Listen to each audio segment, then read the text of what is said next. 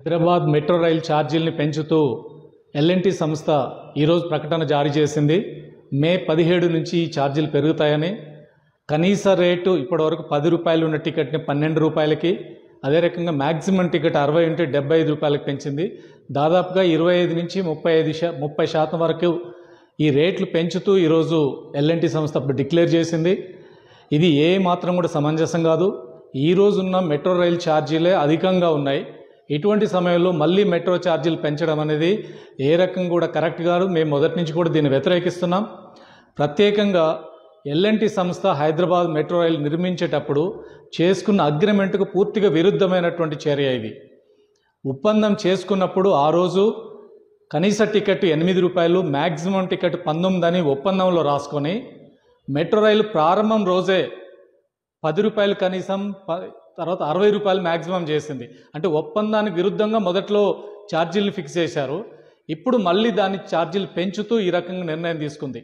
దీనికి కారణం మేము ఆర్థికంగా నష్టాల్లో ఉన్నాం కాబట్టి పెంచక తప్పదు అని చెప్పి ఎల్ఎన్టీ సంస్థ చెప్తుంది. ఆర్థికంగా నష్టాలకి ప్రజలు కారణమా? టికెట్లు పే చేస్తున్నప్పటికి కూడా 5 లక్షల మంది ప్రతిరోజు ప్రయాణం చేస్తున్నప్పటికి కూడా నష్టాలకు కారణం ప్రజలు కాదు, లేదా టికెట్ ద్వారా వచ్చే ఆదాయం కాదు. ఎల్ఎన్టీ సంస్థ తను తీసుకున్న ల్యాండ్స్ మీద వచ్చే ఆదాయంతో సగం ఆదాయం అక్కడి నుంచే రాబట్టుకుంటానని చెప్పింది. టికెట్ల మీద 50% ఆదాయం, మిగతాది రియల్ ఎస్టేట్ ద్వారా ఆదాయం పొందుతానని చెప్పి రాష్ట్ర ప్రభుత్వం దగ్గర 270 ఎకరాల ల్యాండ్ తీసుకుంది. రియల్ ఎస్టేట్ చేసుకోలేదు, అక్కడి నుంచి ఆదాయం తెచ్చుకోలేకపోయింది. కాబట్టి నేను ప్రజల నుంచే వసూలు చేస్తానని చెప్తుంది. మరి రియల్ ఎస్టేట్ ద్వారా మీరు ఆదాయం తెచ్చుకోలేకపోతే అది మీ బాధ్యత అవుతుంది. ప్రజల మీద భారం ఎట్లా వేస్తారు? టికెట్ రేట్ ఎట్లా పెంచుకుంటారు? మొత్తం మీరు మెట్రో రైల్ నిర్వహణలో సగం టికెట్ ద్వారా, సగం రియల్ ఎస్టేట్ ద్వారా తెచ్చుకోవాలని ఒప్పందం రాసుకున్నారు. ఇప్పుడు రియల్ ఎస్టేట్ ద్వారా వస్తుంది 10-15%. దానికి కారణం మీరే బాధ్యత. అక్కడ నష్టం వచ్చింది కాబట్టి మేము ప్రజల మీద రేట్లు పెంచుకుంటూ పోతాం అని చెప్పడం సమంజసం కాదు. రెండోది, ఫేర్ ఫిక్సేషన్ కమిటీ నివేదిక ఇచ్చింది, రికమెండ్ చేసింది. కాబట్టి మేము చట్టం ప్రకారమే ఈ రేట్లు పెంచుతున్నామని చెప్పారు. ఫేర్ ఫిక్సేషన్ కమిటీలో గతంలో రాష్ట్ర ప్రభుత్వ ప్రతినిధిగా ఆ రోజు బీఆర్ఎస్ ప్రభుత్వం ఉంది. బీఆర్ఎస్ ప్రభుత్వం ప్రతినిధి ఆ రోజు ఉన్నారు. కానీ ఇప్పుడు ప్రభుత్వం మారింది, కాంగ్రెస్ గవర్నమెంట్ వచ్చింది. మరి ఈ ప్రభుత్వం వచ్చిన తర్వాత ఈ ప్రభుత్వంతో ఎల్ఎన్టీ సంస్థ కనీసమైన సంప్రదింపులు చేసిందా? ఈ ప్రభుత్వం ఆమోదించిందా? రెండో, కేంద్ర ప్రభుత్వం కూడా దీని మీద ఆమోదించిందా లేదా అనేది స్పష్టత లేదు. మాకు ఫేర్ ఫిక్సేషన్ కమిటీ నివేదిక ఇచ్చింది, దాని ఆధారంగా పెంచుతున్నామని చెప్పారు.